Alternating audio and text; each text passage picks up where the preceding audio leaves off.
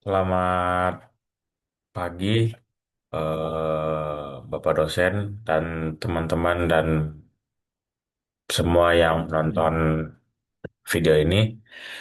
Perkenalkan, nama saya Daniel Piromalahu. Saya dari program Administrasi Bisnis Universitas Katolik Parahyangan. Pada video ini, saya akan menjelaskan poster dan program Python dengan judul Pengaruh Kecepatan Respon Admin terhadap Keputusan Pembelian Konsumen pada Bisnis Online Skala Mikro. Poster ini disusun dalam konteks mata kuliah berpikir komputasi dengan pendekatan simulasi data dan visualisasi menggunakan Python di Google Colab. Poster ini membahas bagaimana kecepatan respon admin dalam bisnis online skala mikro dapat memengaruhi kepuasan konsumen dan akhirnya berdampak pada keputusan pembelian. Dalam praktik bisnis online, khususnya skala mikro, admin seringkali menjadi satu-satunya penghubung antara konsumen dan juga penjual. Oleh karena itu, respon yang cepat atau lambat berpotensi memengaruhi keputusan konsumen untuk melanjutkan transaksi. Jenis data yang saya gunakan dalam poster saya ini adalah simulasi berbasis literatur yang disesuaikan dengan konteks pembelajaran saya di berpikir komputasi. Jumlah respondennya itu bisa dilihat di sini ada 600 konsumen yang dibagi secara merata dengan tiga kategori kecepatan respon. Yang pertama, respon cepat kurang dari 5 menit sebanyak 200 konsumen atau sekitar 75%. Respon sedang 5-30 menit sebanyak 200 konsumen juga dan respon lambat di atas 30 menit sebanyak 200 konsumen juga. Dari simulasi tersebut diperoleh tingkat keputusan pembelian yang dimana pembelian dengan respon cepat itu ada 75%, respon sedang ada 45% seperti di poster saya dan respon lambat ada 20%. Data ini kemudian dianalisis dan divisualisasikan menggunakan Python. Pada bagian flowchart saya, ditunjukkan alur berpikir komputasi dalam bentuk decision process. Proses dimulai dari admin respon konsumen, kemudian masuk keputusan apakah respon dilakukan dengan cepat.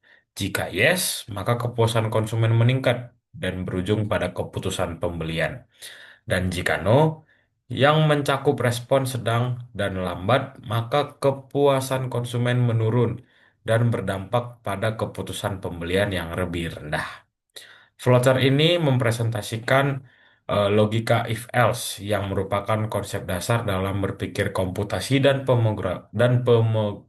pemrograman.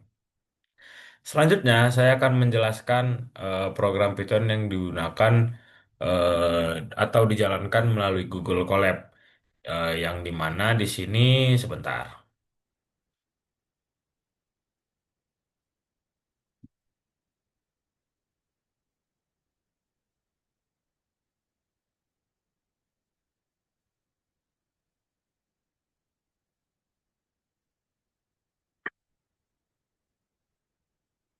Nah, di sini saya